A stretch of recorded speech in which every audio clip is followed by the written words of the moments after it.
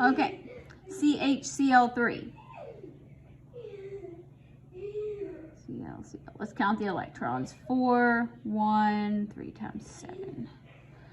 21, 22, 26. 2, 4, 6, 8, 10, 12, 14, 16, 18, 20, 22, 24, 26. All right, now count the groups. 1, 2, 3, 4 groups. So then the electron geometry with 4 groups is tetrahedral. If you're going, Dr. B, this is really repetitive. Good. The shape. Here, this has 1 central atom, 4 bonding groups, no lone pairs. With no lone pairs of electrons, the shape and the geometry are the same. So the shape is also tetrahedral. Now looking at polarity.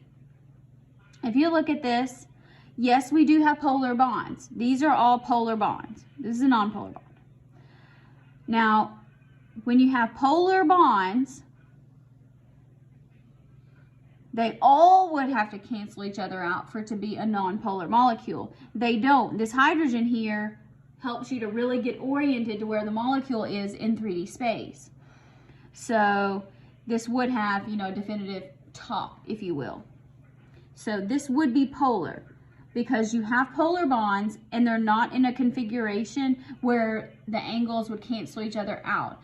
To do the math with that, you would need to use vectors, which nobody really likes using vectors. You haven't had physics yet either. Okay, so the hybridization scheme. We have 4 groups, so we need 4 boxes, 4 orbitals. So we have an S, a P, 3 of them, 3 P's, 1 S and 3 P's. So what happens is this 1 S corresponds with 3 P's and it forms 1.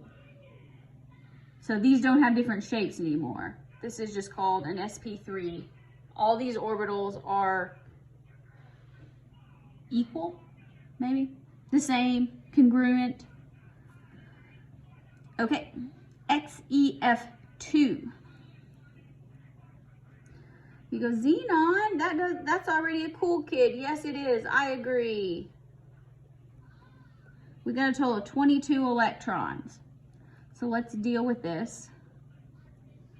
But you can get xenon to form some bonds, 2, 4, 6, 8, 10, 12, 14, 16, 18, 20, 22.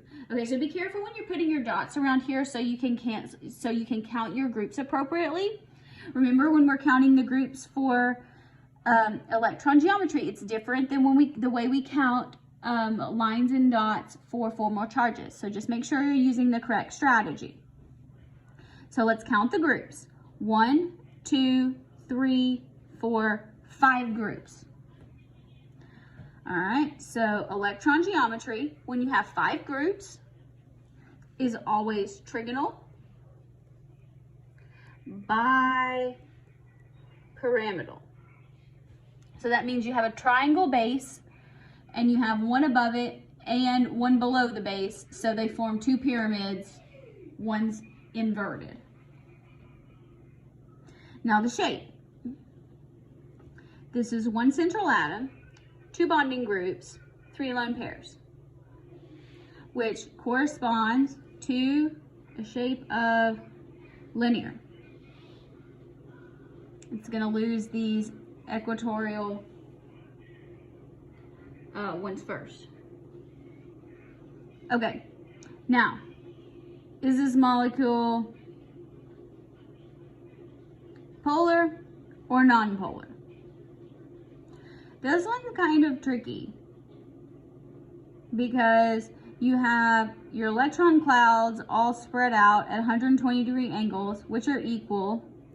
You have these bonds and they're the same, both to fluorine. And so really, when you get down to it, if you were to turn this molecule around, you wouldn't be able to identify, one or the other. So this is actually a nonpolar molecule.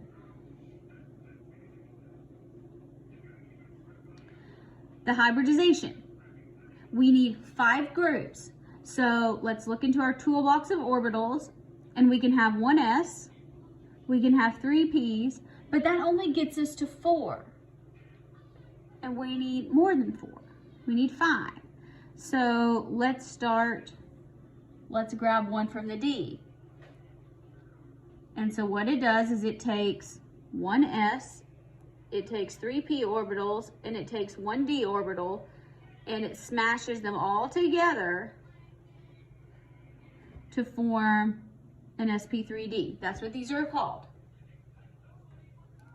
So it takes an s, p, d, and it combines them all into one fluid equal set of 5 orbitals. All right. Technetium is 6. Chlorines are 7, so we have a total of 20 electrons. 2, 4, 6, 8, 10, 12, 14, 16, 18, 20. Good. Now, count the groups. 1, 2, 3, 4 groups. The electron geometry with 4 groups is tetrahedral.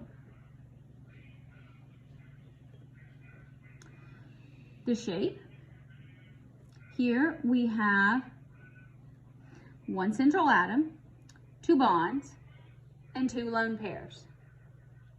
That corresponds to a shape that we call bent. Now, if you remember from up here at the top, we already had a different configuration that had the shape bent. So that can happen. You can have different configurations that ultimately end up with the same molecular shape. All right, so it has 4 groups, so we need 4 orbitals to come together. So that'd be 1s and 3 p's. Looking at this molecule, when it's in a bent configuration, which means it looks like this, it's really easy to tell what's what. So this is definitely a polar molecule.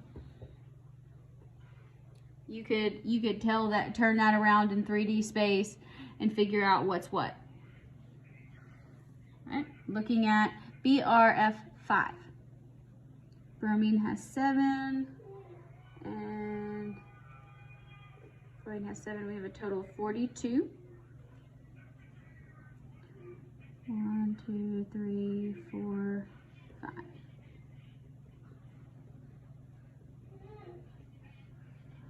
Okay, so it's 10, 12, 14, 16, 18, 20, 22, 24, 26, 28, 30, 32, 34, 36, 38, 40. And we still have 2 more, so let's tack them on here to the central atom. All right, so the electron geometry. Electron geometry, when you have 6 groups, 1, 2, 3, 4, 5, 6 groups, is called octahedral. The shape.